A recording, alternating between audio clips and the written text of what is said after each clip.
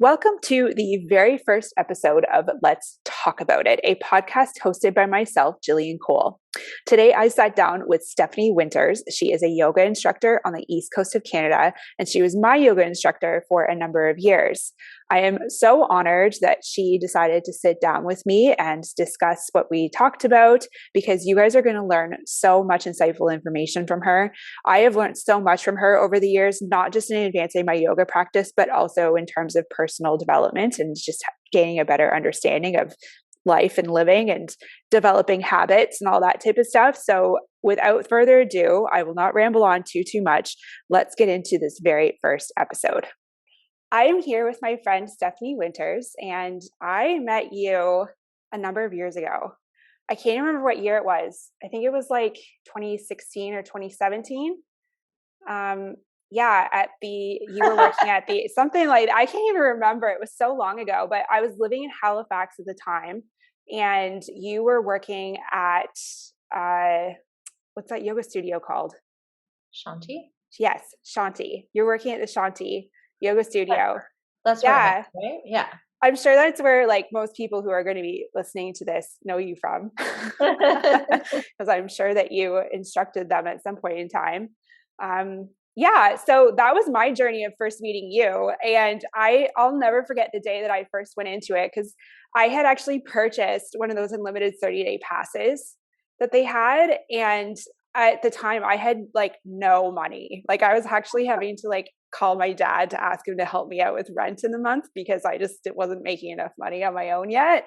And I was like, okay, this is a big investment. I'm going to invest in like going to this yoga studio, because it would be good for me to like, get out and do something other than just work all the time. So you had a really strong practice when you started coming though, right? Yeah, I did. And which is good, but also like, I think that's what I was really worried about, because I didn't know like what the levels or the classification of beginner, intermediate, and advanced would be. So I had no idea like where to start. But the very first yoga class that I ever went to in Halifax, you were the yoga teacher for. And so then like over those 30 days, I went to most of the yoga instructors, and like depending on what time it was, it fit in my schedule. But after the 30 days, it was like, I have to keep going to yoga because of Stef. Because it was like your yoga instruction to me was something that it just resonated with me so deeply. Like it was the ultimate integration of like the mind body connection, where I was getting a workout and I was experiencing like the maximums or the limits that I could, do with my physical body, but then also was learning so much about like my emotions and how like, the involvement of like the mind body connection during a practice. So I remember having a few like good little talks with you after the end of classes and stuff. Yeah. No, and your practice was super strong. I remember being really impressed by that when you first started coming. Because and there are a lot of, in a studio like that, there are a lot of beginners, a lot of people, coming in first time. So it's kind of cool when, someone can press into a handstand, no big deal. It's fun to watch. I can't do it. Well, I've been watching you lately on Instagram. It's amazing to see, even for you as someone who does have an advanced practice as well, that like seeing the progression of you just by the strengthening that you've been doing, which I want to talk to you about a little bit too, because I'm super interested in your journey that you've been doing a little bit more of like the lifting atmosphere aspect of fitness. But it's been cool just to see you and your progression, even in your business since COVID started. It's also super exciting. Oh, very weird. Yeah. Yeah. So we knew each other from whatever, 17, 16 till now, but you moved just before COVID happened, didn't you? You moved away. It was during. Was it during? Yeah. Okay. Yeah. But I was still doing I did your online yoga class for a little bit. Yeah. Which actually I need to get back into it again, because that was always my cue whenever I'm not consistent with things, is to go back to Stef. Yeah. Kick in the pants. Well, exactly. Yeah. So I taught in studio and at Shanti for like 10 years. Mm-hmm. And then when the pandemic hit, such a weird time. I remember being in studio on Saturday because I would have been teaching a Vinyasa class. And I remember the trades spraying the bolsters, and everyone was talking about COVID. It was like the Saturday before the Monday when everything shut down. And I was watching the trade is, the people who help organize the room and the props and clean up and tidy up for a membership, right?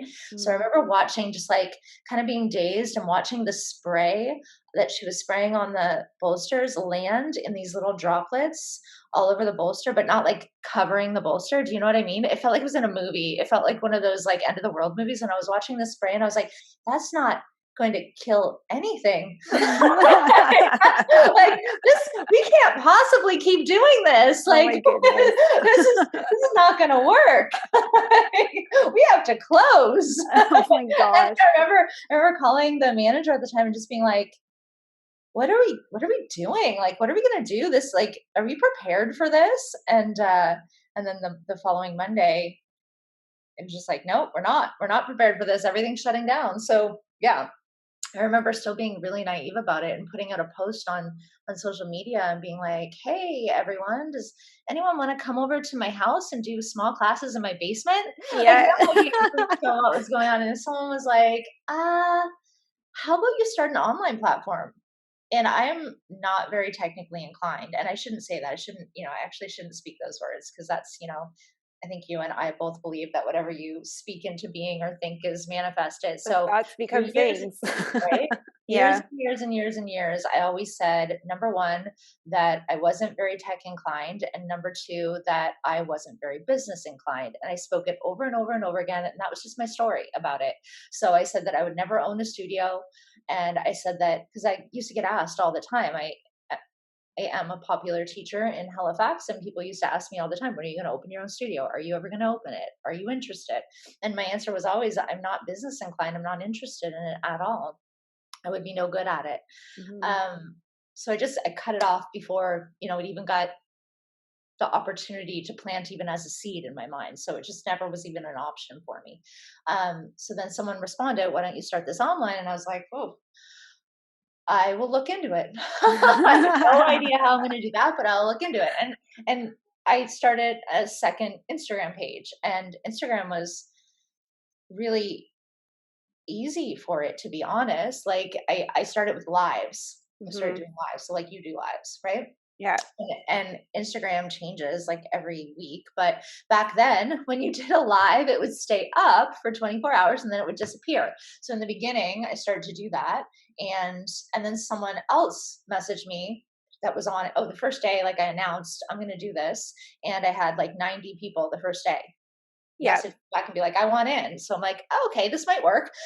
I'll do it for a month, because at that time it was like 2 weeks to flatten the curve. Right. Yeah. I'm like, okay, I'll do this for like a month. We'll see, then we'll be back in studio and all will be well. Um, so I started doing that, and then someone messaged me and they were like, Steph, are you just deleting these videos like every time you do a class? Cause like, this is like good content. Like you should be doing something with this. And I was like, oh yeah, maybe I should. But my phone is like 4 years old. I literally just got a new one yesterday or the other day.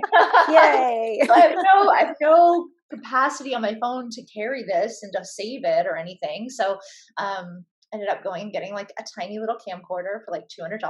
This is the same one I still use. Mm-hmm. And it works perfect and it does everything I need it to do.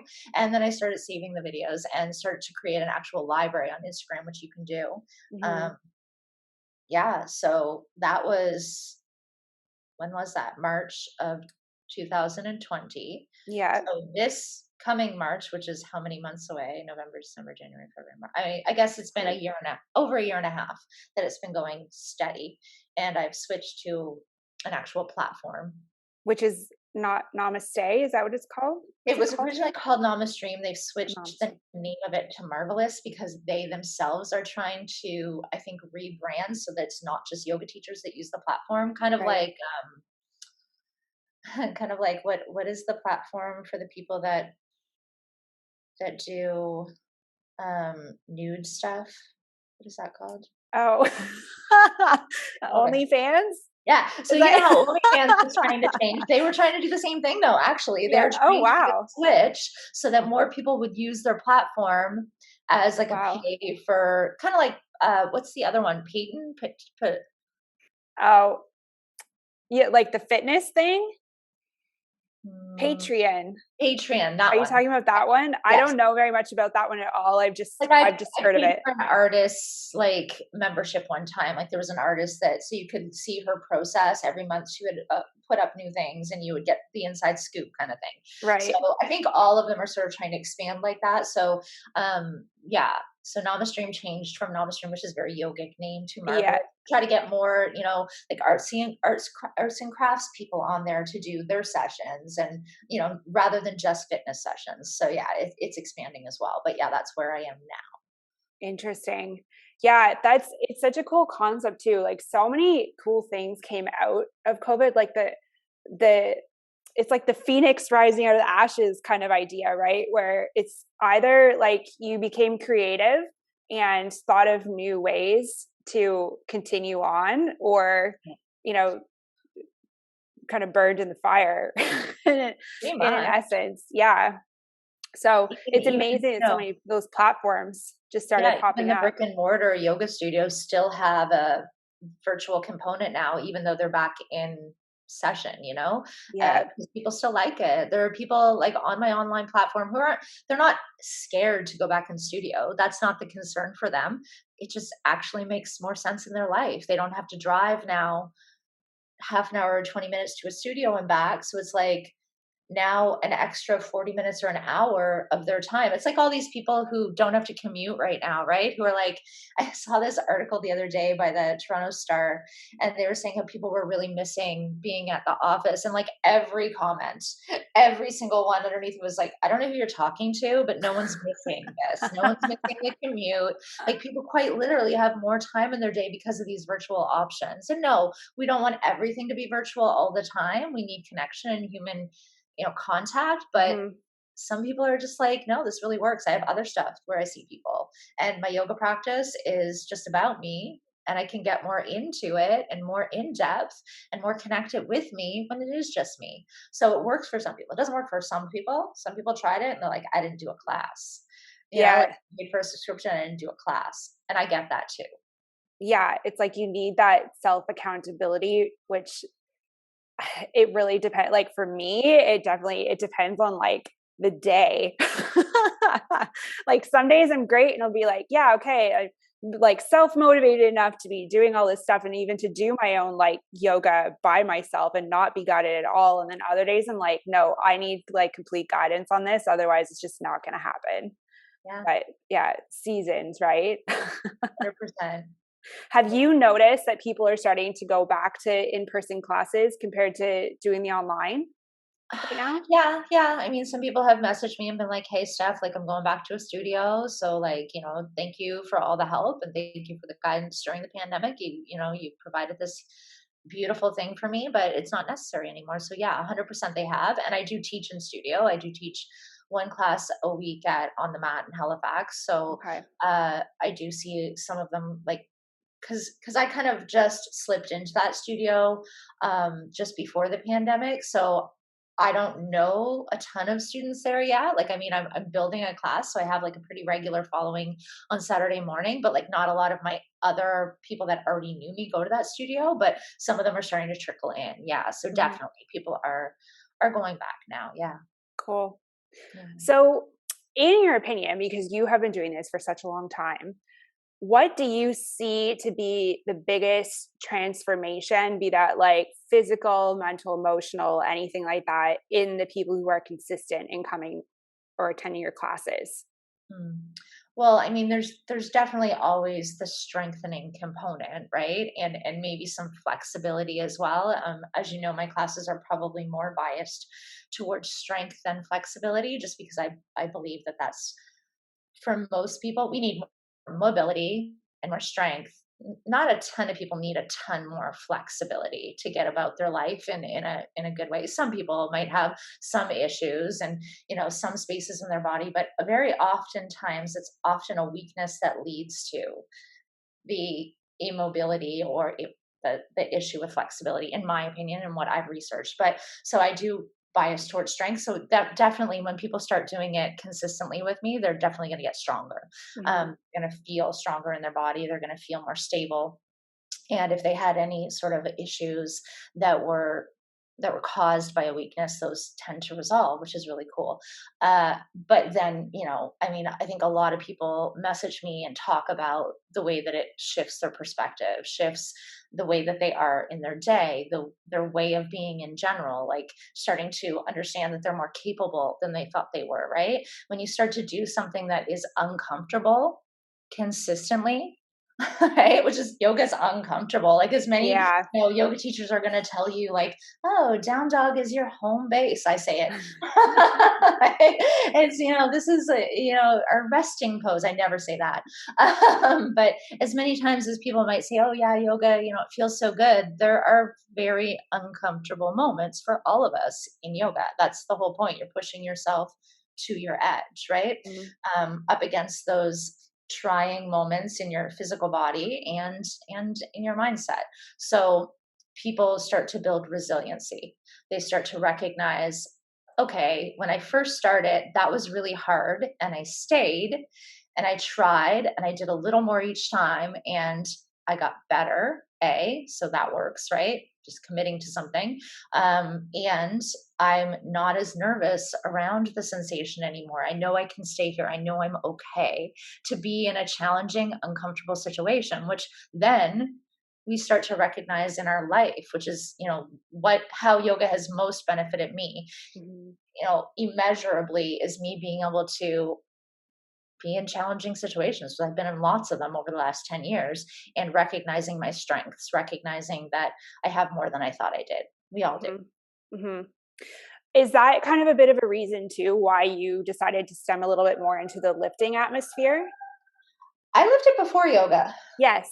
So, I mean, my parents were bodybuilders growing up. Yeah. So So we had cool. like a home gym. They did, like, for a brief time, they did like competitions. So they always worked out. They had a regimen of working out. Like, my dad worked out every single morning, like, well, 6 days a week.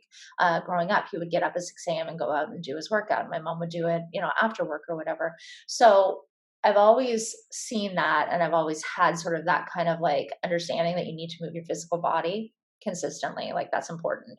And I started as a personal trainer after I had my son. And then I was asked by my boss to teach a yoga class, like, with no training. It was just like, hey, can you Hilarious. teach yoga? And I'm like, sure, I can. I read, Baron Baptiste's first book, like Journey into Power, and I literally studied the book, like, word for word, and his words would just pour out of my mouth. They weren't my words. I didn't really even know what I was saying back then, but I did teach. And then I, shortly after teaching these poor men in the squash courts, most of them were squash players at 6 a.m. at the Tower, SMU gym, before I even had Wow. any training whatsoever. So they had no idea what I was doing. No one really knew. I didn't know. They didn't know. So it was all good. Women stretched out their hips, I'm sure, to some capacity. But yeah, shortly after that, I went to do my yoga teacher training in Hawaii with Baron. Right. I continued to do both for a long time, both personal training and yoga. So then I was doing both in my own world as well, like yoga and training. And then it slowly started to bias to more yoga, mostly just because at the time I was a single mom, and the yoga was more reliable financially. Like, people cancel on you for personal training. So that was why I kind of started to go that route. And then I just started to realize I really loved it too. I'm good in front of a group. You know, my my personal training absolutely influences the way I teach. And Mhm. I think that people respond to that really well, because I'm pretty good at getting you in your body. Yeah. I'm pretty good at making you feel strong and stable in a pose because I know how to cue the stability so well. So I think it makes people feel a lot more at ease in the poses, even though they are challenging. They know how to hold them. They know how to find their strength, even though it is still hard. But yeah, so I think that really helped. And then it's all since then it's just been this weird kind of balancing act for me trying to figure out how much yoga and how much lifting and then how much running because I started doing that and then how much dog walking like because my life is very physical, so that's been honestly the biggest challenge for me during the pandemic. And so I also had this hip issue because well, we don't really know why. We don't really know where the hip issue came from. Me and my physio, we've tried to figure it out. I've been told different things. Like I had a child and I was told that it was due to the labor and delivery. It's literally been a more than, he's going to be 14. It's been like a 14-year journey with me with this hip issue. Wow. Yeah, I probably talked to you about it before. Yes. And there's certain things in yoga that would make it worse. And then certain things in lifting that definitely felt like it would also make it worse. So I actually took almost a year off of lifting a few months ago, like for a year. Oh, Yeah. wow. I Okay. wasn't lifting a lot at all. And I actually started running. Oddly, I was just like, I just wanted to move more and I couldn't lift because it would hurt my back. It was like I have like we don't even know what it is, but it feels like a twist. It's not a twist, but it feels like a twist. So anytime I would go to lift something heavy, my body was like kind of countering that twist. Like one side was stronger, one side was tighter and all wound up. So Right. it would just perpetuate it. So I'd have a lot of pain in my SI joint and in my right hip. And I don't know where I got the idea to run. I don't even remember. But I just started running and it started to make my hip better. It's so weird. We That still don't is even know interesting. why. 'Cause usually it would make hips worse, but I think it Yeah. was because I was so nervous about it. I was paying so much attention. I was just like being so like mindful and trying to use the right muscles and it just started to make my glutes stronger. And it started to Interesting. bring me back into like I have a very anteriorly rotated pelvis, like duck butt, like stuck out, right? And I would do everything like that. And then I was always, you know my classes, I talk about it constantly, Yeah. trying to get other people out of that position because it can be painful when you practice yoga or lift with an anteriorly rotated pelvis. So I I just started being way more mindful while I was running. And then I was like, I'm gonna try lifting again. I'm feeling really good lately. So then I started sprinkling that back in and still doing yoga. You have to understand, I do an hour class of yoga 6 days a week because I have to film. Well, I mean, chose to film for my online, right? So that's Yes. 6 hours of yoga a week. Plus I do 2 other half hours for another doctor for her patients on Zoom. So that's Wow. 7 hours of yoga a week. Plus, if I want to do any of my own practice, not filmed, right? Plus, walking the dogs. I have 2 big dogs. Plus, then lifting. Plus, then running. So, yeah, that's the biggest challenge for me. That's incredible. And I find it's actually so inspiring because to me, I am not as inclined to be physically active. Like it actually does take some really like pushing on my end to force myself to be a little bit more physically active. And I love that you're naturally inclined to have a desire to want to move all the time. I think All that I that's a want to do, though, rarity. that's the problem. What's that? It's all I want to do. It can become problematic. It's like, anytime it's the weekend and I have time, it's like, what do I want to do? I want to do like, I want to rock climb or I want to box or I want to go hiking or I want to go running or I want to lift. And it's like, you only have so many hours Yeah. energetic, right? Yeah. We Yeah. could probably infuse a little bit of each other. No, into I one need another. a little bit more of like your work ethic to sit down at a computer and just like do work. Oh my goodness. Yeah. It's such a hamster wheel, really. Like I think it's great because you don't hear many people actually be that motivated. I think fitness, and just from my experience of also like having clients when I was a naturopathic doctor, but then just in general, that not a lot of us want to exercise regularly. Like there needs to be a big push and a big like why behind that motivation.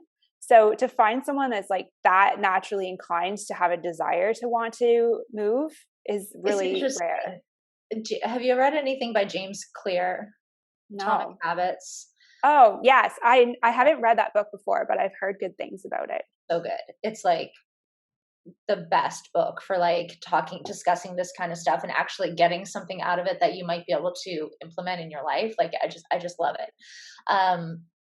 But he talks about, and I have like I've started doing a lot more one-on-one personal training actually again. So I came back to it. Like I hadn't done it for probably 5 years, and then I just sort of someone asked me out of the blue, like, "Hey, can you just do a program out for me that I can do at home, because I just want to have some basic things." So I started seeing her, and then I think I posted about it. So someone else asked me, and then someone else. So now I've got like, I don't know, a handful, 6 or 7 clients that I see semi regularly. So, and they're mostly previous yoga or current yoga students as well. So, what I try to talk to them about, because this comes up a lot, like, I want to obviously move more. I want to get more into this. I want to have more motivation. It's not like motivation doesn't last. We know that it wanes, right? It does this. That's why some days you're good at teaching yourself a yoga flow, and then some days you're not. So it has to be more than that. It has to be deeper than that.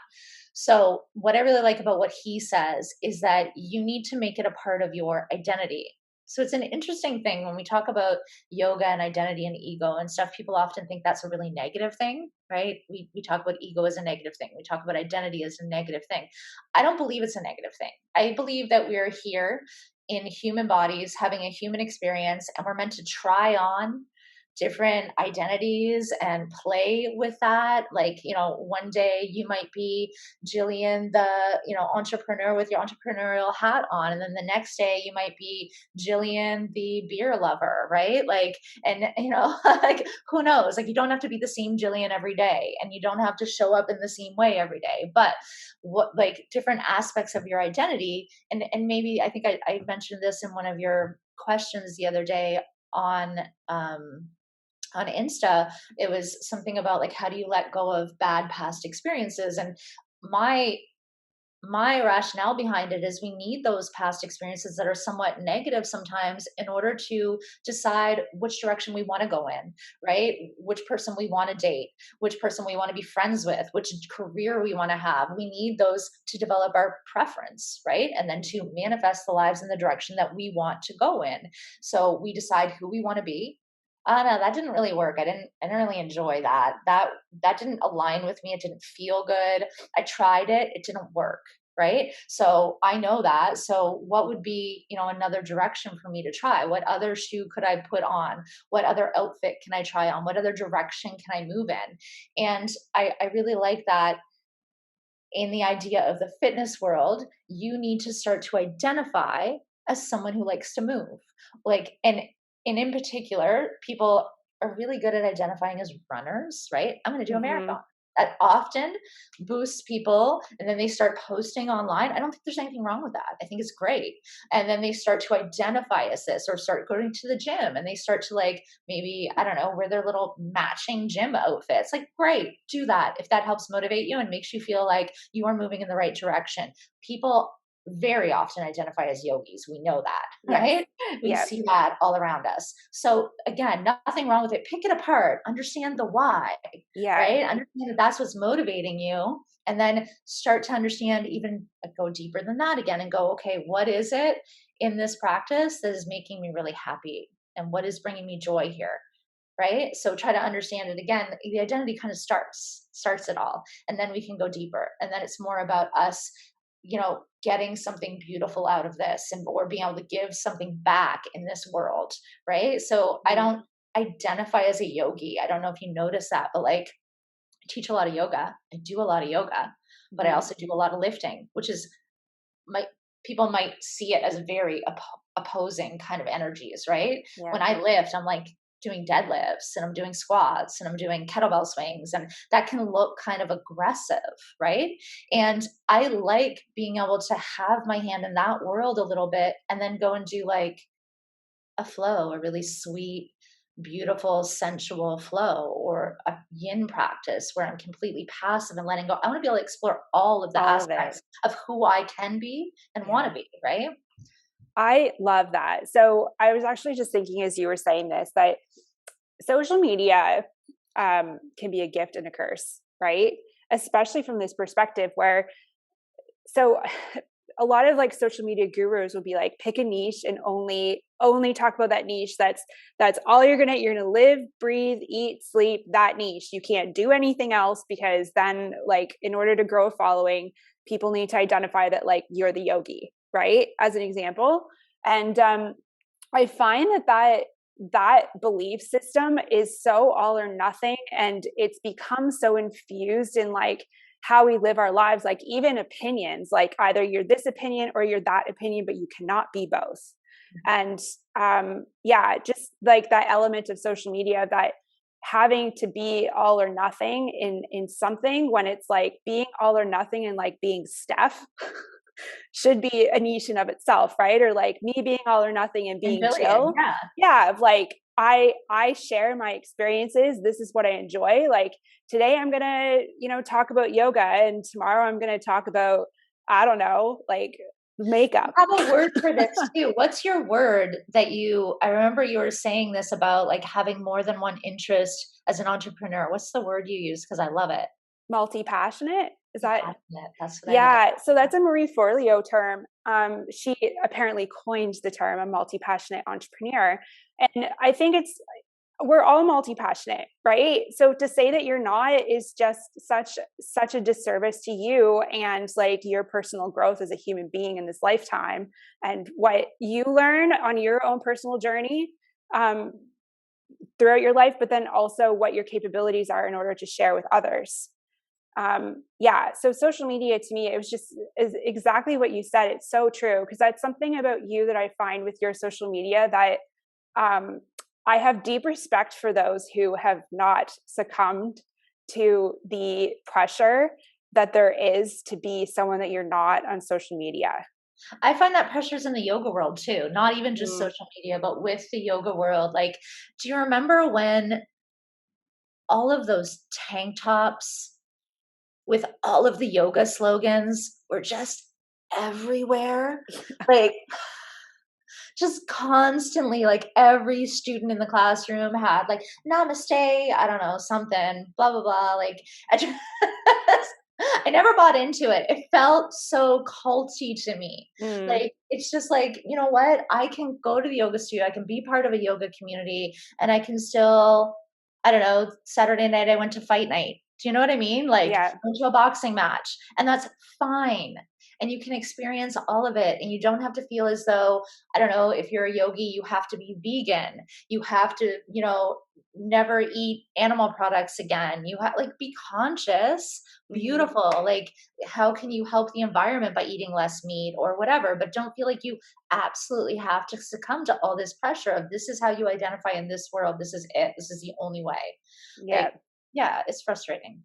Oh yeah, I totally get that, because yeah, you start to assume an identity that isn't really you at the end of the day, and It's just yeah, it's a I know weird it's like about wake wanting up to fit moment. in, right? And I get that. I get that we have that need and that desire, but you can connect with people without fitting in, Hmm. right? You can connect and appreciate their experiences and have similar ones and be together while you're experiencing, but you don't have to be only that, right? It's the only that part that is, yeah, so fractionalized, like compartmentalized.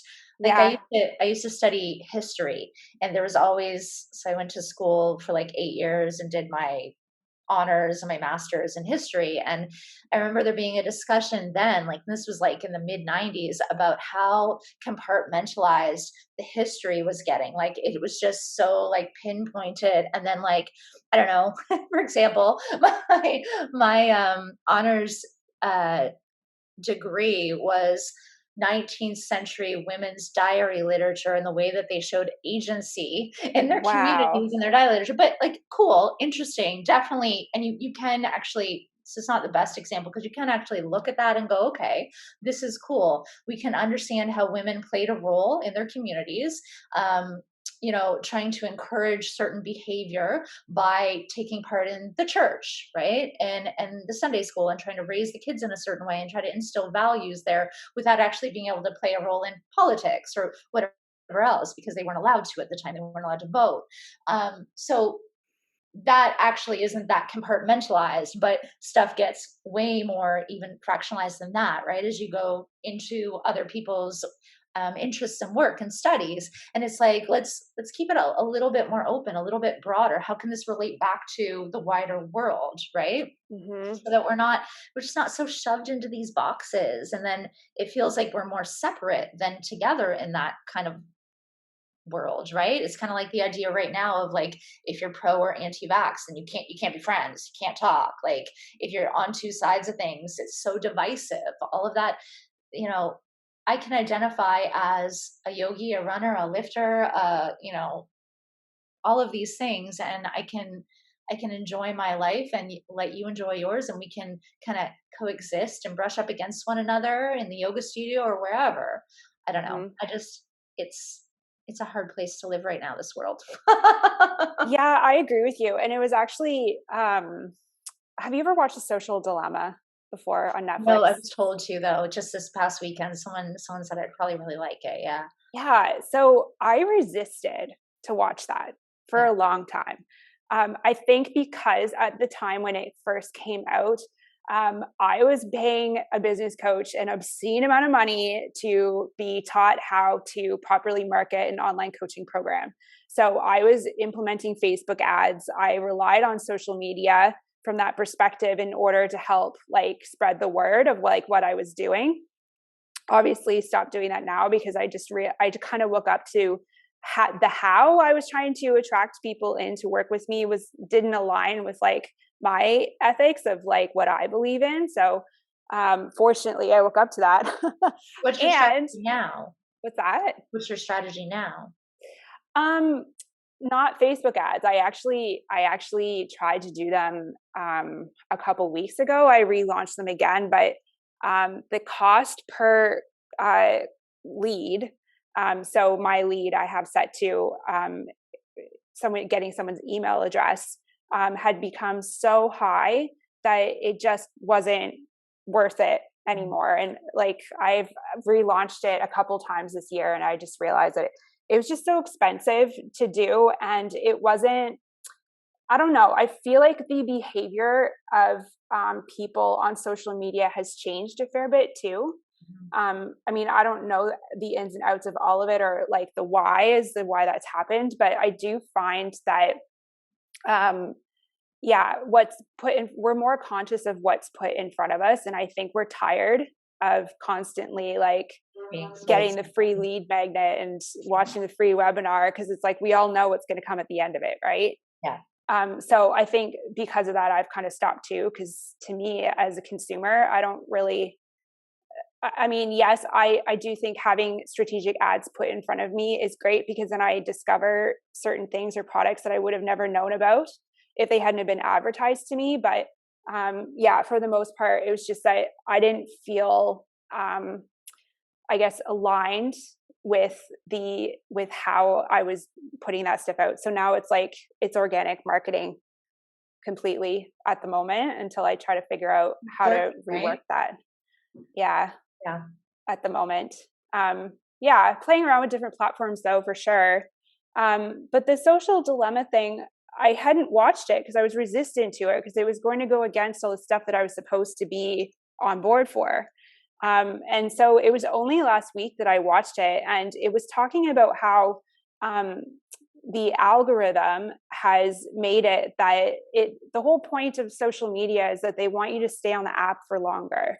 So the algorithm has shifted in the sense that it's doing things to put things in that you want to see, that it thinks you want to see in front of you, so that you'll stay on longer. But what that inevitably ends up doing is that it influences our thought patterns and belief systems to think that this is how it is, versus Confirmation someone bias. else. Yeah. And their algorithm is showing them, well, this is how it is.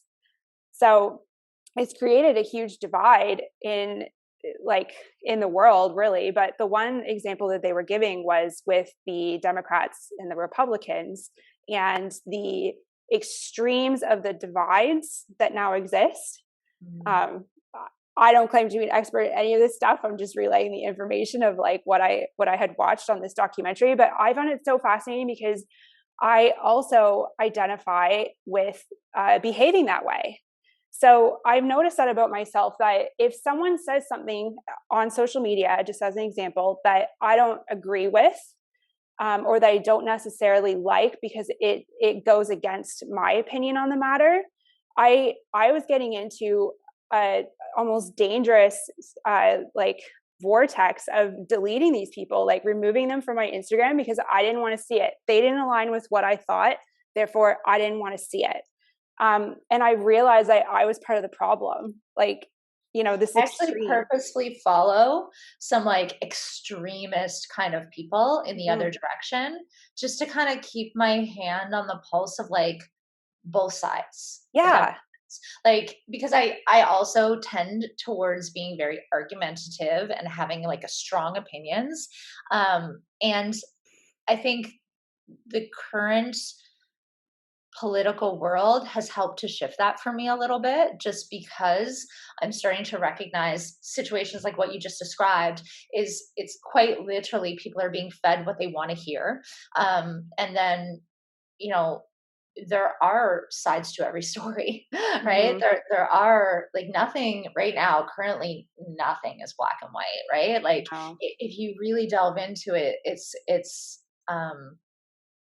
hard to even make a stance, is how I feel about it. Like we obviously do have to make personal choices, in this current, world and environment of what's going on. But, yeah, I try to stand back. I try not to engage all that much. And I try to say kind of like you just said, like, I don't have all the facts. So, my ears are open and listening is where I'm trying to sit with it. And this is all very new to me. Like, I feel like I personally, internally during this entire pandemic I wouldn't say I've done a 180, because that would say, I've turned away from a lot of, but I've shifted immeasurably. Like, I've grown through this process of like starting my own business and then, all the stuff that comes along with that. And then also navigating the pandemic at the same time. Like, this time for the potential for personal growth in this time has been just crazy for me and for other people that I've seen. So, yeah, I mean, I see what you're saying, and I had a few moments as well similar to that, and I've had a few personal experiences with people that I've really disagreed with, but I still really like those people. So it's made me have to like kind of reconsider how I deal with those situations as well. Oh And yeah, a little bit softer, I think, which absolutely. is not a bad thing, right? Not at all. That's like the whole, like, back to the theme of yoga that you were mentioning earlier, like easing into the pain and experience it and learning from it, as opposed to shutting it off and being like, nope, that hurts. It's not for me. I'm just going to move That's on. exactly what your brain is doing with those other opinions, right? No, that hurts. Exactly. That means I'm wrong. Yeah. That hurts. I don't want to hear it. So I'm Yeah. going to put you over here and I'm going to close the door. Yeah. So when he challenges our perspective on life as well, that can be painful, just as painful as Warrior 2 for 5 minutes, right? So just kind of starting to ease that door open and go, wow, maybe I don't know this. Maybe I don't have all the answers. Maybe I'm ready to like take on some new knowledge and allow myself some growth. Yeah. Yeah, completely. That's also the whole idea of like, well, the identification of things like I am this, I am that, versus I am all things or I am no thing. Right. Yeah. And like we could go pretty deep into that whole like philosophical idea of like, who are you really? Yeah.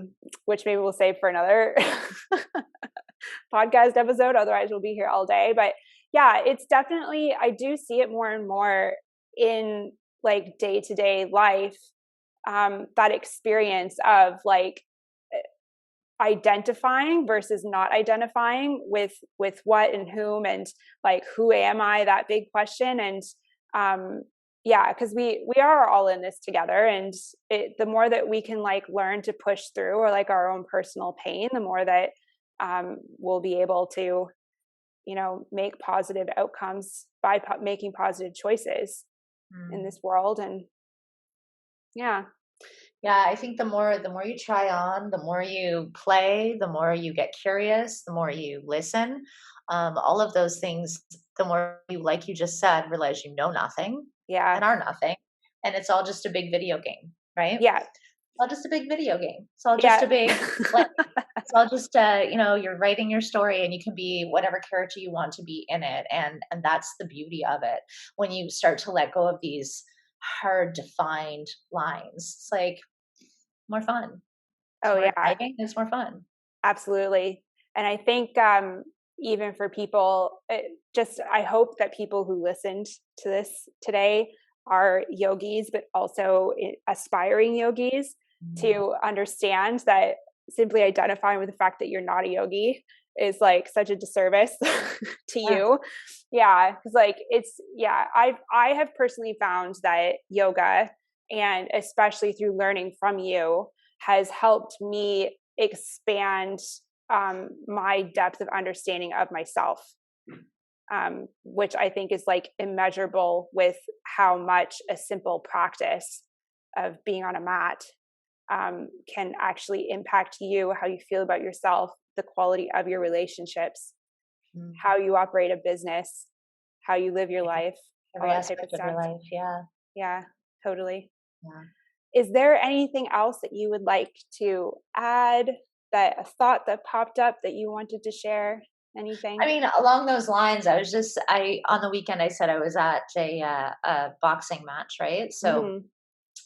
I was there as a spectator, but, uh, so one of the people that I teach yoga to, I do it, on a regular basis with him and his staff. He was in the fight, so he was in the finale, the last fight, and, so I was there to help him if he needed any help prior to. So if he needed any stretching or any movement or anything, I was gonna, lend a hand. But I mean, I was also in a dress and heels because I haven't been out in a very long time. So anyway, That's where you were going. I remember, yeah, you look yeah. great. That So was a he lovely came dress. up to me midway through and he's like, I need a favor. And I'm like, oh, okay, what's up? He's like, well, one of my friends is supposed to fight tonight, and he just got tested by the doctor, and they have to do a medical before they fight to make sure it's safe that they fight. And his blood pressure was too high. Mm. Like a, the exhibition park filled with fans and cheering, and it was, just to give a little background to the story, it was, they were all taking part in this reality TV show that had started a few months ago. They were amateur fighters, most of them had only ever hit a bag. They took them through training, and then it led up to a finale, like a fight. Wow. So they followed them along for like 3 months, learned all about them and trained them. So most of them haven't fought in like a real ring before. So it was really nerve wracking for them. So I went back in the room with this guy, and I was in the one locker room for like 20 guys. So people were walking in and out. I was on the floor in a dress on cement, with my knees on cement. I took my shoes off and I did child's pose, mantras, mudras, and manifestation with this guy who's, I think he said he might have tried yoga once, who was a fighter, and he did it with me for an hour. I had his full attention for an hour. We did a guided meditation. He had his head down the whole time in child's pose because we wanted head below heart, try to bring his blood pressure down, and it worked. He got to fight. Wow. He got cleared. He was so sweet and grateful. He's like, that was the best night of my life, and I couldn't have gotten there without you. It's like, you did the work. Like, you just did yoga for an hour, and like, look at how it, shifted you, and you're this, you know, fighter who just went in the ring and like, hit a guy in the face a whole bunch. But like, it worked. And he was able to try that hat on, right, for the hour that he needed to. And I'm sure he's going to come back to it at some Mhm. point in time. He now sees the value of it in his life. That's kind of cool, right? Like Yeah. how impactful that was, just like that, because in a moment where he had to, he decided to, right? I'm gonna do this right now because I have no other choice. And it worked, and he probably wouldn't have turned to it unless he had to, but Right. that resiliency will carry forward 100%.